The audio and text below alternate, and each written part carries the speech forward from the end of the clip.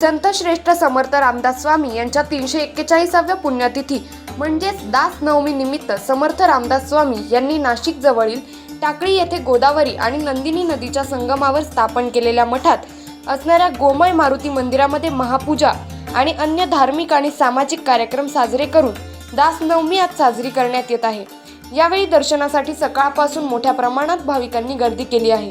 राष्ट्रभक्ती आणि परकीय मोगली आक्रमणाविरुद्ध जनतेमध्ये धर्माच्या माध्यमातून जनजागृती करण्यासाठी बल आणि तप उपासनेचे महत्त्व तरुणांना पटवण्यासाठी समर्थ रामदासांनी देशभर स्थापन केलेल्या हनुमान मंदिरापैकी गोमय हनुमानाचे हे प्रमुख मंदिर असून वयाच्या 12व्या वर्षी लग्नप्रसंगी गृहस्थाश्रमामध्ये न अडकण्याचे निर्णय घेऊन बोहल्यावरून पलायन केल्यानंतर रामदास स्वामी थेट गोदावरी आणि नंदिनी नदीच्या संगमावरील नाशिक जवळच्या टाकळी गावात आले।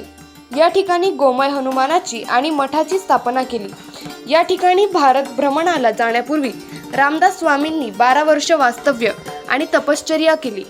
या मठामध्ये समर्थ रामदासांनी स्वस्ताक्षरामध्ये रामायणाची 5 कांड लिहिलेली गुहा टाकळी मठाने जशीच्या तशी अद्यापही संरक्षित केली आहे।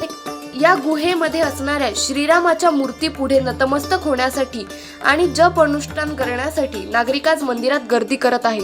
गाईचे शेण, गोमूत्र, शेणाच्या गोरांची राख यांच्यापासून हनुमानाची मूर्ती तयार करण्यात आलेली आहे। ही मूर्ती ही संरक्षित करण्यात आली असून अद्यापही या ठिकाणी विराजमान आहे। सकाळी 7 वाजेपासून मंदिरामध्ये महापूजा, होम हवन याचबरोबर दुपारी 12 वाजता आणि संध्याकाळी महाआरतीचे आयोजन करण्यात आलेले आहे। दिवसभर मनाचे श्लोक, भक्तिगीते यांचे गायन, प्रवचन आदी धार्मिक कार्यक्रम महाप्रसाद मंदिरामध्ये सुरू आहे। संस्कृती जतन करण्यासाठी जे प्रयत्न केले गेले त्याच्यामध्ये समाजाला ग्लानी आल्यासारखी परिस्थिती झाली होती। समाज गुलामगिरीच्या खाईत सापडत होता। अशा काळात आपल्या संस्कृतीला सांभाळण्याचं काम, मग समाजाच्या जवळ जाऊन समाजाला आपल्या संस्कृतीचं सगळं महत्त्व सांगण्याचं काम, त्याच्या समाजाच्या परिभाषेमध्ये सांगण्याचं काम ज्या संतांनी केलं त्याच्यामध्ये संत रामदास स्वामींचा आपल्यावरती अनंत थोर उपकार आहेत। जसं ज्ञानेश्वरांनी ज्ञानेश्वरी प्राकृतात आणली, गीता सगळी संस्कृतमधली, त्याच्यानंतर 15व्या शतकामध्ये तसं पाहायला गेलं तर संत एकनाथांनी त्या समाजाच्या परिभाषेमध्ये सांगायचं म्हणून भारुडची रचना केली। नाही तर संस्कृत पंडित असलेल्या संत एकनाथांना भारुड रचण्याची आवश्यकता का भासली असावी असा सहज विचार आपल्याला येतो।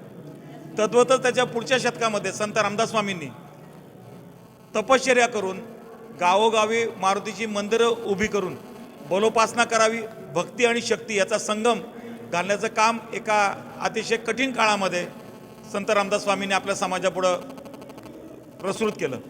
तसं पाहायला गेलं तर समाजाची जी पूर्वीची स्तोत्र पठण होतं किंवा इतर सगळी ग्रंथमाला होती, इतकं सगळं साहित्य होतं, त्याच्यामध्ये सोपं पडावं म्हणून आरत्यांची रचना, देवाच्या जवळ जाऊन आर्ततेनं आपला भाव व्यक्त करणं, याचा आरतीची ज्या रचना केल्या ह्या संत रामदास स्वामींच्या काळापासून समाजामध्ये आरत्यांची रचना होऊ लागली आणि त्या ठिकाणी आरतीचं प्रसारण सगळं व्हायला लागलं। सगळी पूजा झाली की शेवटी आरती म्हणावी हा प्रघात तिथून पडला आणि त्यामुळं गणपतीची आरती असेल, देवीची आरती असेल, शंकराची आरती असेल किंवा तपश्चर्या केल्यानंतर रामदास स्वामींना जेव्हा हनुमानानं साक्षात्कार दिला त्यावेळी त्यांनी भीमरूपी महारुद्राची जी रचना केली मारुती स्तोत्राची ती विशेष असेल।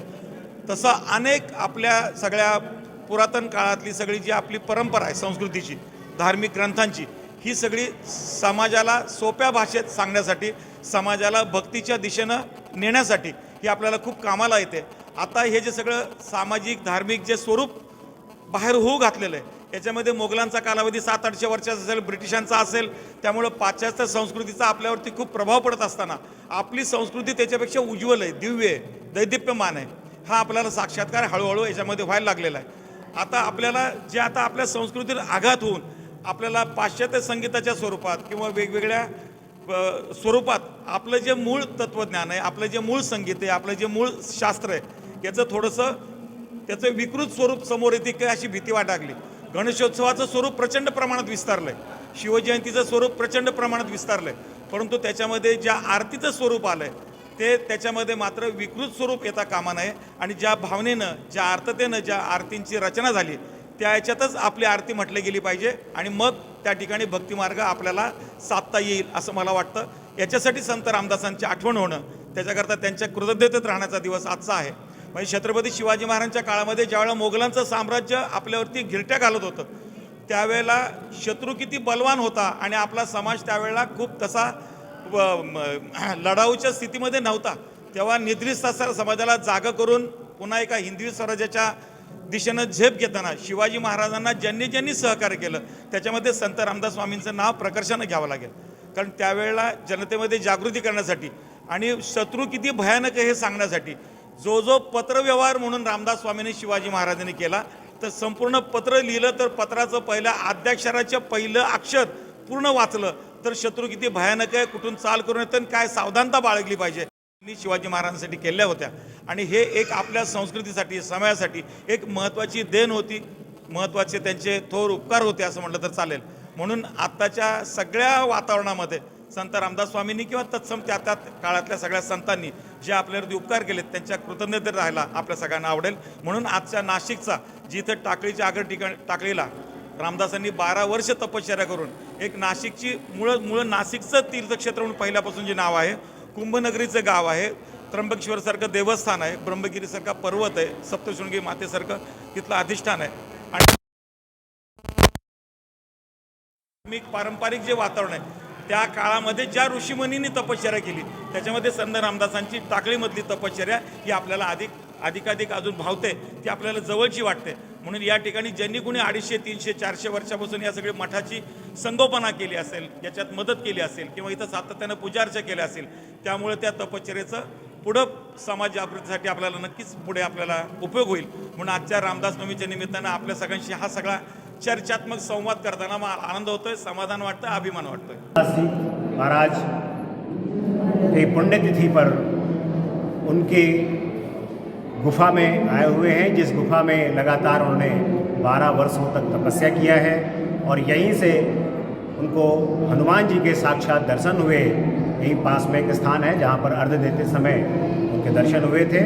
ऐसे उनको जो योगदान, उनको जो निर्देश मिला हनुमान जी से, उस समय जो मुग़ल और बाकी शासन यहाँ था उनको दूर करने के लिए हिंदू स्वराज्य की स्थापना के लिए एक महत्वपूर्ण कड़ी उन्होंने जोड़ी. गांव-गांव में हनुमान जी के मंदिर और अखाड़े खड़े किए. छत्रपति शिवाजी महाराज को जो भेजा करते थे संदेश, एक ऐसी गुप्तचर व्यवस्था उन्होंने शुरू की थी जिसका कोई काट नहीं पाया. जो संदेश रहता था उसकी जो प्रथम पंक्तियां रहती थी किनारे की, वो संदेश उसमें छुपा रहता था गीतों में. ऐसा एक व्यवस्था की और आज जो हम देख रहे हैं हिंदवी स्वराज्य इतना बड़ा विशाल हो पाया था उस समय, उसके पीछे अगर किसी एक महापुरुष की ताकत थी तो वो समर्थ रामदास जी महाराज थे, स्वामी जी, जिन्होंने इसमें बड़ा योगदान किया है. आज हम उनके प्रणाम करते हैं उनकी पुण्यतिथि पर उनको, और युवाओं को कहते हैं कि उनसे प्रेरणा लेकर के आज भी वैसा ही कुछ संकट दिखाई पड़ रहा है हमको, उस संकट को दूर करने के लिए समर्थ का जो संदेश है वही काम आने वाला है. रामदास स्वामी यांनी स्थापित केलेल्या गोमय हनुमान मंदिरामध्ये टाकळी नाशिक, आगर टाकळी नाशिक या ठिकाणी आपण उभे आहोत. आज दासनवमी समर्थ रामदास स्वामी यांची 341वी पुण्यतिथी. आज सर्व भक्त मंडळींच्या उपस्थितीमध्ये विविध धार्मिक कार्यक्रम करून हा दासनवमीचा कार्यक्रम संपन्न झालेला आहे. या सर्व असलेल्या मठाची माहिती घेऊन सर्व भक्तांनी यापुढेही या ठिकाणी भेट देऊन दर्शनाचा लाभ घ्यावा, प्रसादाचा लाभ घ्यावा अशी आम्ही विनंती करीत आहोत. विद्यमान असलेलं विश्वस्त मंडळ ज्याचे अध्यक्ष आहेत जिल्हा न्यायाधीश न्यायमूर्ती S.T. त्रिपाठी साहेब, ज्येष्ठ विश्वस्त सुधीर शिरवाडकर साहेब, अर्चना रोजेकर मॅडम, ॲडव्होकेट भानुदास शौचे, त्याचप्रमाणे ज्योतिराव खैरनार, प्राचार्य राम कुलकर्णी आणि तहसीलदार नाशिक अनिल दवडे साहेब यांचं विश्वस्त मंडळ हे या ठिकाणी कार्यरत आहेत. सर्वांनी या सर्वांतर्फे आम्ही सर्व भक्तांना आणि सहकार्यकर्ते यांना धन्यवाद देतो. वसिष्ठा परिज्ञान योगेश्वराचे कवी वाल्मिका सारिका मान्य ईशा नमस्कार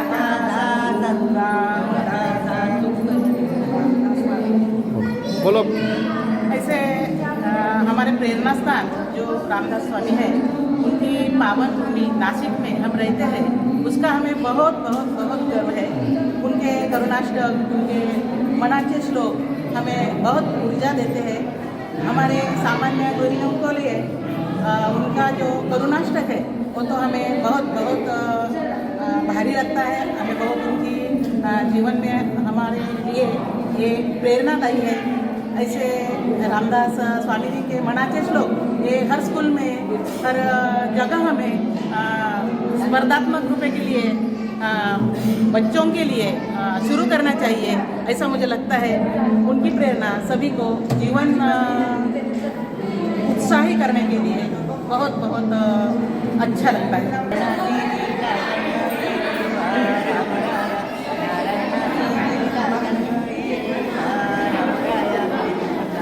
नाशिक लोकशाही न्यूज ब्युरो रिपोर्ट नाशिक।